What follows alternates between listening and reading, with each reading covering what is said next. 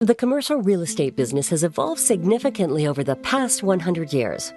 Since the 1906 devastating earthquake that shattered San Francisco, when an ambitious 23-year-old named Colbert Coldwell joined the effort to rebuild San Francisco by starting his own real estate firm that would set a new standard for professionalism, respect, integrity, ethics, and principles. CBRE created the space for others to play in by using the concept of geographic specialization and unparalleled market knowledge. This organic approach fueled CBRE's growth and market leadership in the U.S. and around the globe. The drivers behind going public in the mid-1990s was to gain the capital so that we could finance the opportunity to really transfer the company from a Western hemisphere, we had offices in Canada as well as the United States, to then a global company, which we were able to achieve eventually during the 90s and the early 2000s, finally completing what we thought was the picture of the company with the acquisition of Trammell Crow that really bolted on the kind of components that we needed in the corporate service business. So in that sense, it was still, the geographic was driven by the client. We were still being client-centric, trying to figure out how broad a platform that we could put together on a global basis. In many aspects, what worked a century ago still applies today. In many respects, our business is about developing, growing, and maintaining strong, long-term business relationships based on a solid set of core values. Our clients hire us in part because they trust us. They trust us to advise them on decisions that are in their best interests. The RISE values, respect, integrity, service, and excellence, were created in 2002. One of the primary goals that we really wanted to achieve in embracing these core values and creating these core values was that they would be, first of all, simple, that they'd be memorable, but most importantly, that they would reflect those core values that we thought were most relevant to a real estate services company.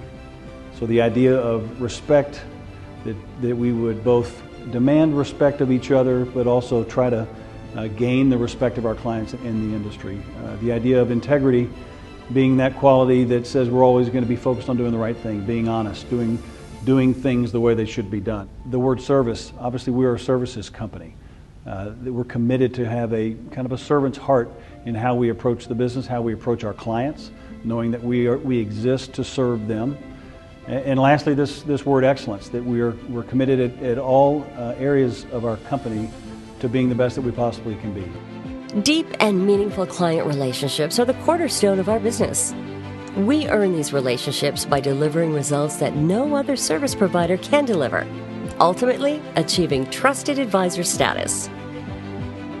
The relationships have morphed really in the context of what the tenants and what the companies demand from companies like CBRE. What do I mean?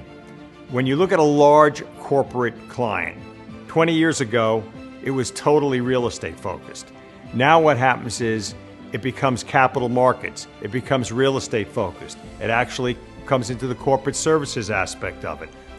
So you're looking at really a whole metamorphosis of the business, and those relationships and the people that you have, depending on the seniority within the company, come to depend on you for many more different facets of how the quote-unquote real estate operates within the context of the corporation. Our business is constantly evolving, and CBRE is setting the bar by providing more sophisticated tools and resources to each client engagement. The best professionals in our industry are those who use superior negotiation skills and provide overall excellence in service delivery using the best in innovative tools and resources. You know, when I entered this business in the early 80s, it was all about space. The basic skills that you needed to transact certainly here in New York City, were that you needed to know the marketplace. You needed to know the buildings, you needed to know the owners, you needed to know the pricing. As time went on, a whole series of other skills became essential. You began to need to understand the actual workings of the business of the companies that you were addressing, how they looked at their business, what their particular vocabulary was, how they thought about the economics of a deal, how they accounted for their real estate holdings. And that evolution of needing to understand each company that we represent deeply. And every company is unique, even if they're in the same industry. It helps a lot, by the way, if you understand the industry and the competitive set within that industry. But every company talks a different language. Every company thinks about it from a somewhat different angle. At the very beginning, it's about learning everything you can about the company. I often say that ultimately we get to the real estate, but the real estate comes at the end. After we've learned all those other things, we solve backwards to the right transaction.